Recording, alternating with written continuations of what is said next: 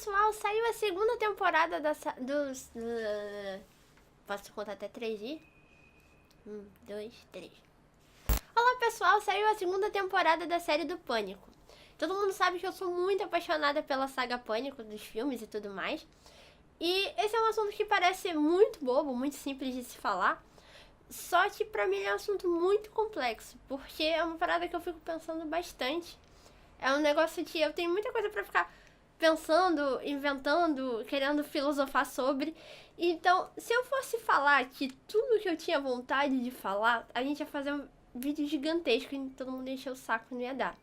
Então eu pensei, cara, tudo que eu vou relacionar a essa série, eu vou fazendo os vídeos separados. E depois, quando eu for fazer o vídeo realmente do Pânico, eu vou pegar e vou falar, viu, naquele vídeo tal a gente falou sobre isso, no vídeo tal a gente falou sobre aquilo. E aí eu queria começar hoje com o Cabin in the Woods, que aqui no Brasil veio com o nome O Segredo da Cabana. Então, vamos começar.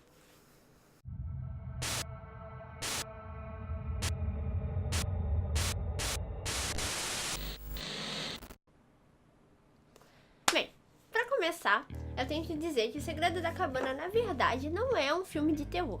Ele é um filme cômico, assim, beira a ser um filme de comédia. Ele não é aquele tipo de comédia escrachada, então não esperam Todo Mundo em Pânico. Graças a Deus não é, porque Todo Mundo em Pânico, na minha opinião, é um filme bem ruim, de gente que fica só rindo de piada de pênis, e é tipo bem bobão. O Cabin in the Woods, ele tem uma característica de ser um humor meio crítico. Ele é basicamente uma análise sobre a construção dos filmes de terror. E ele vai usando de sarcasmo para tratar de diversas questões extremamente relevantes. Então é um filme muito recomendável para quem gosta de terror, mas não para quem tá procurando um filme para se assustar, para ter medo, nada disso, porque ele não dá medo. Ele é um filme bem de brincadeirinha, mas ele é legal porque todo esse sarcasmo, todas as sátiras e todas as ironias presentes te fazem questionar o gênero. Então, se você gosta de cinema, e se você gosta de terror, e se você gosta de perder tempo pensando no porquê das coisas, o Cabin in the Woods é uma excelente pedida. Então, eu vou falar mais sobre como ele foi feito no próximo bloco. Então, tudo começou com o pessoal lá que produzia Buffy, a Caça-Vampiros. Eu não sei se vocês são da década de 90, mas assim, quando eu era criança eu assistia Buffy toda hora.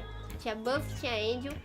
E, enfim, os produtores deles, dos dois, na verdade os produtores não, eu tô falando merda, diretores. Os dois diretores, eles eram amigos, assim, eles adoravam trabalhar juntos e tal. E aí acabou a Buffy, foi um sucesso, foi maneiro, mas acabou. E aí eles ficaram um tempo sem fazer nada juntos, assim, tipo, pô, que merda, a gente não se vê mais, a gente é amigo e tal. Aí eles resolveram, porra, cara, bora fazer um filme junto, qual é? Bora. Aí teve um dia que eles realmente pegaram e foram. Aí qual era o plano de ação deles? Vamos passar um final de semana num hotel.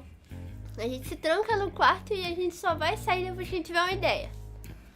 Aí, beleza, ficaram lá de papo, aí um escrevia uma coisa, o outro escrevia outra, eles queriam fazer um filme sério e tal. Não saía nada. Aí quando eles já estavam tipo, porra, velho, tudo faz, não sei mais, não tenho ideia, eles começaram a zoar a parada. Aí eles começaram tipo, pô, bora botar um unicórnio. Caralho, um unicórnio vai ser maneiro. Não, e bota Cthulhu junto. E bota zumbi. E bota lobisomem. Caralho, não sei o que. E eles foram escrevendo uma parada totalmente zoada, rindo, brincando. Aí até que um virou pro outro e falou, pô, cara, por que a gente não faz isso sério? Aí o amigo dele virou e falou, tu tem certeza? Aí ele, cara, tenho. Então vamos escrever essa porra. E aí eles escreveram Cabin in the Woods. Então isso veio de tipo uma brincadeira de dois amigos que queriam realmente fazer uma parada. E eles realmente escreveram a porra do negócio todo em um final de semana. Milagrosamente, mesmo sendo assim, parado mega nas coxas e tal, eles conseguiram fazer um filme muito inteligente e muito divertido, que provavelmente é fruto de bastante conhecimento de causa, assim, tipo, um deles era mega fã de filme de terror desde criança, mas ele até um cara que eu tenho bastante afinidade com os gostos dele, assim. Ele gostou de muitos filmes de terror até chegar a era do torture porn, né? Ele se afastou um pouco do terror, mas ele é meio saudosista e tal. E o outro que morria de medo de filmes de terror, não assistiu filmes de terror até os 15 anos de idade, que ele achava que ia ser a coisa mais assustadora do mundo. Aí, quando ele fez 15 anos, ele pegou e assistiu. Aí falou, porra, era só isso? tá bom, agora eu tenho que assistir tudo. Aí ele foi e assistiu coisa pra caralho. Então assim, os dois tinham bastante bagagem, tinham bastante história pra contar. E eu acho que isso reflete na obra. O filme, ele é zoado? É zoado. Mas ele levanta muitas questões interessantes. Qual é a sinopse, assim, do filme? Do que ele fala, né? Ele é basicamente o que quase todos os filmes de terror que a gente vê fala. São um grupo de adolescentes, obviamente todos são jovens e estereotipados.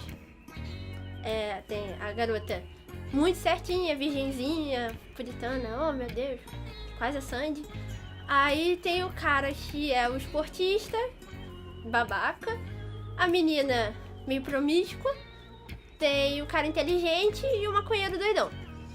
Então assim, realmente são os estereótipos. Na real, o filme não começa com eles estereotipados, mas assim que as coisas vão acontecendo e eles vão sendo imersos nesse universo do terror, eles vão ficando estereotipados.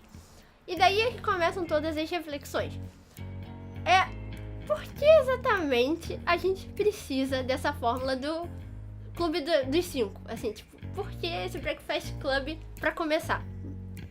E essa é uma pergunta assim, tipo, realmente, de onde é que será que surgiu esse negócio de que precisam ter 5 e cada um precisa ter uma característica extrema? Uma das explicações que eu tentei chegar pra isso é que o terror ele precisa captar o seu telespectador com a possibilidade de ser qualquer um a ser a vítima. Então, se você bota um representante de cada tipo de pessoa, você consegue acertar pelo menos um pouquinho quem você seria ali. E aí você tem uma abrangência de vítimas. Isso explica, parcialmente. Eu não sei se essa é a melhor explicação possível, porque eles são tão estereotipados e tão imbecis que não é possível que alguém realmente se identifique completamente com ele. E aí o que acontece? Quase sempre nos filmes, e isso acontece em diversos clássicos, você acaba se identificando muito mais com o assassino. Você vê gente com a camisa e com os bonequinhos e com tudo de quem? Do Fred, do Jason, do Pânico, do Hannibal Lecter, do Leatherface, do Mike Myers. Enfim, todos eles têm em comum que eles são os vilões. E a gente gosta deles, e não da Sidney, sabe, do Pânico. Ninguém tem camisa da menina, foda-se a menina, e ela tá lá nos 3 filmes, e ninguém liga pra ela. Porque a gente não se identifica com ela. Não completamente, a gente se identifica com o assassino. E aí você começa a se questionar, mas porra, eu sou uma pessoa de direita, eu sou uma pessoa legal, por que eu me identifico com o assassino? Será que as atitudes dos personagens são tão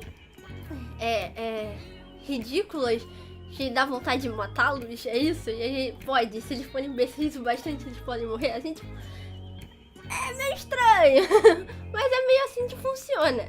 O que acontece, e que já tem bastante estudo sobre isso, é que em relação ao filme de terror, você é colocado numa situação de perigo, se você, se você conseguir se botar lá na situação, empaticamente, catarticamente, você vai estar vivenciando uma situação de perigo.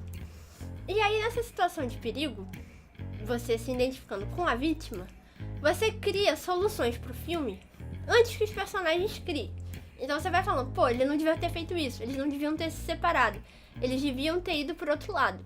E aí, quando a vítima morre e você já teria a resposta do porquê que ela não morreu, você conseguiria se salvar, você tem uma sensação de compensação no seu cérebro e aprendizado.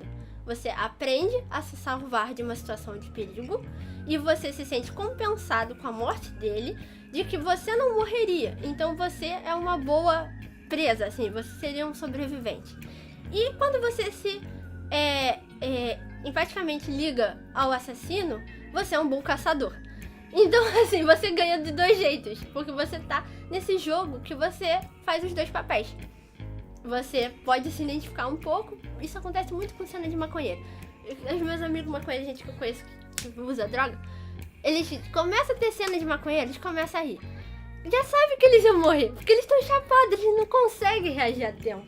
E eles vão morrer, aí que começa a rir. Esse humor negro de você saber que você poderia ser aquela vítima, eu seria a garota chata, provavelmente protagonista, infelizmente. Tipo, é justamente o que eu mais odeio. Mas eu sou toda certinha e tudo mais, então eu acho que eu seria ela. Então quando ela tá lá naquela situação, eu mais ou menos me identifico também. E eu acho que acontece com todo mundo um pouco, mas a gente sempre torce pro assassino. Então assim, essas são algumas das perguntas. Mas vai pra além. O filme ele vai pra além dessa primeira pergunta inicial. Porque ele vai te botando em diversas situações onde de novo você precisa refletir sobre isso. Por exemplo, qual é o papel da sexualidade exacerbada nos filmes de terror? Porque sempre tem uma garota promíscua. Qual é a situação de ter uma cena sexual?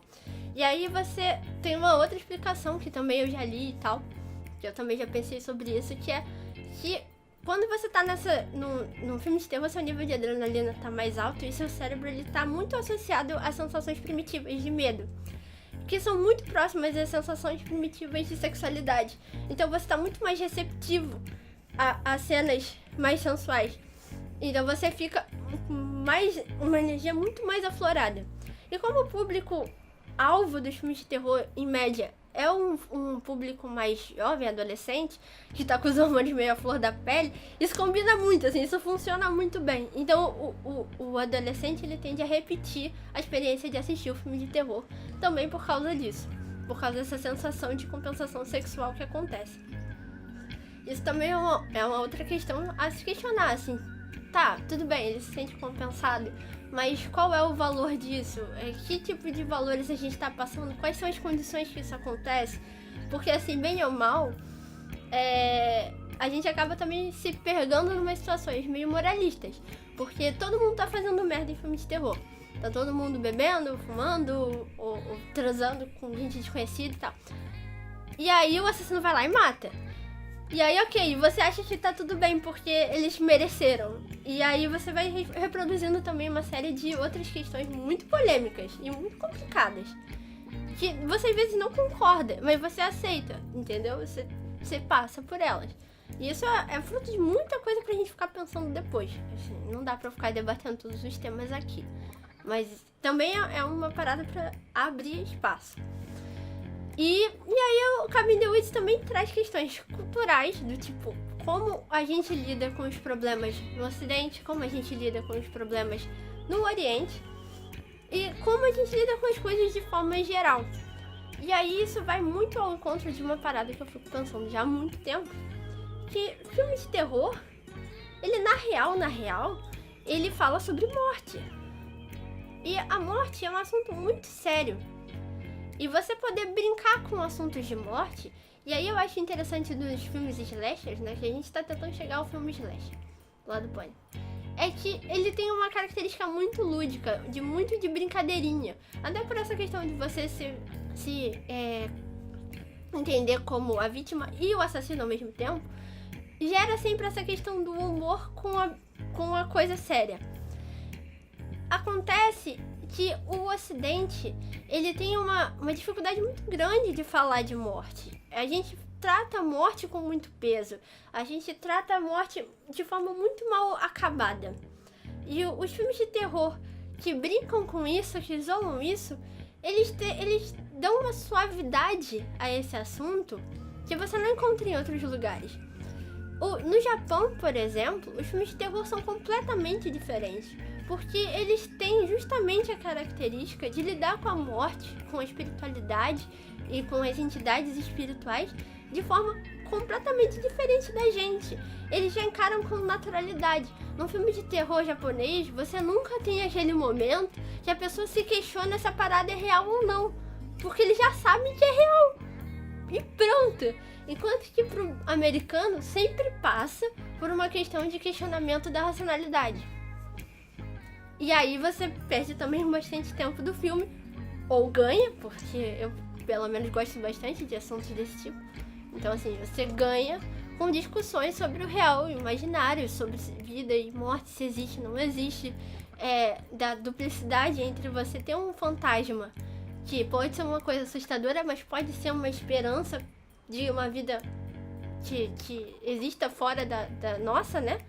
E aí isso comprovaria, de repente, um céu, uma coisa assim, porque todo mundo já perdeu alguém. E aí pensa, porra, se existe fantasma, existe um outro mundo, então, ok, eu tô bem, que maravilha. Então você meio que encontra a fé que você não tem normalmente.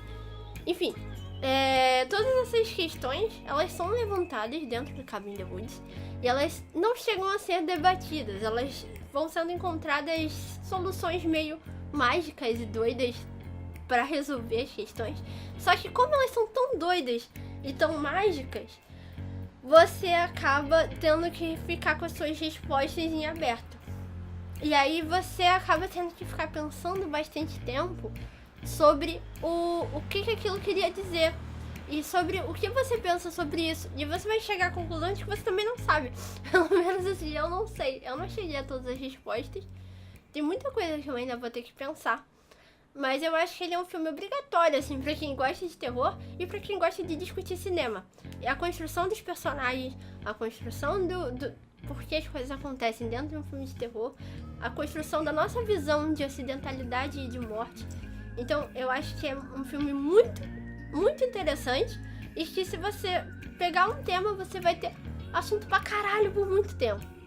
Então, pra eu não me estender muito, eu só fiz esse vídeo mesmo pra tentar levantar essas bolas, porque depois eu vou relacionar esse filme com o Pânico e com o seriado do Pânico, inclusive falando no que ele quebra os estereótipos, partindo da análise crítica que você pode fazer no Cabin in the Woods.